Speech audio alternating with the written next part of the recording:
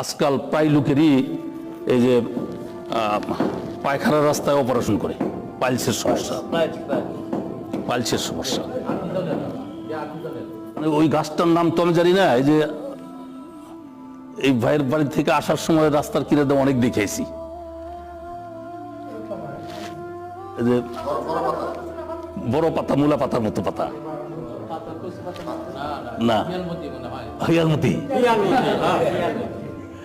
আপনি হিয়ালমতি করেন, ওটার আসল নাম কি আল্লাহ জানে, এত কুদরতি গাছ।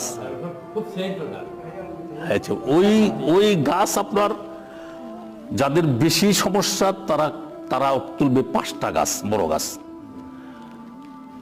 মূল গাছটা ফালাই দিবে, ওটার মধ্যে ওই শিকড় সবগুলি এরকম গুচ্ছ শিকড়, মূল হয় না। হ্যাঁ, ওই গোড়া কেইটা এই শিকড় 5টা গাছের শিকড় নেবে। সমপরিমাণ ডালিম পাতা লবে, ডালিম পাতা, সমপরিমাণ ডালিম পাতা একসঙ্গে ছেঁচে রস করবে। রস করার পরে 5 দিন খাবে একাধারে। 5 দিন, কয়দিন? 5 দিন একাধারে 5 দিন খাবে, 6 দিন না। 5 দিন খাওয়ার পরে বন্ধ। এই 5 দিন খাইলে বাদে রক্ত পড়া বন্ধ হয়ে যাব, ব্যথা বন্ধ হয়ে যাব, মরা ধরবো, যাই হোক। কারণ এই একাধারে 5 দিন খাবে, এতেই ভালো হয়ে যাবে। 1 মাস, পুরো 1 মাস পার হওয়ার পরে যদি দেখে যে তার সমস্যা আছে, আবার 5 দিন খাবে।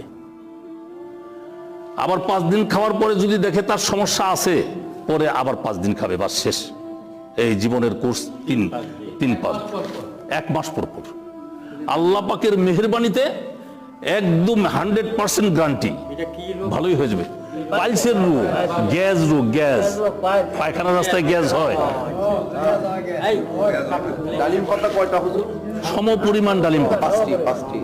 না না, 5টা না, 5টার মধ্যে তো শিকড় অনেকগুলি রইল না, এই এতগুলি ডালিম পাতা নেবে।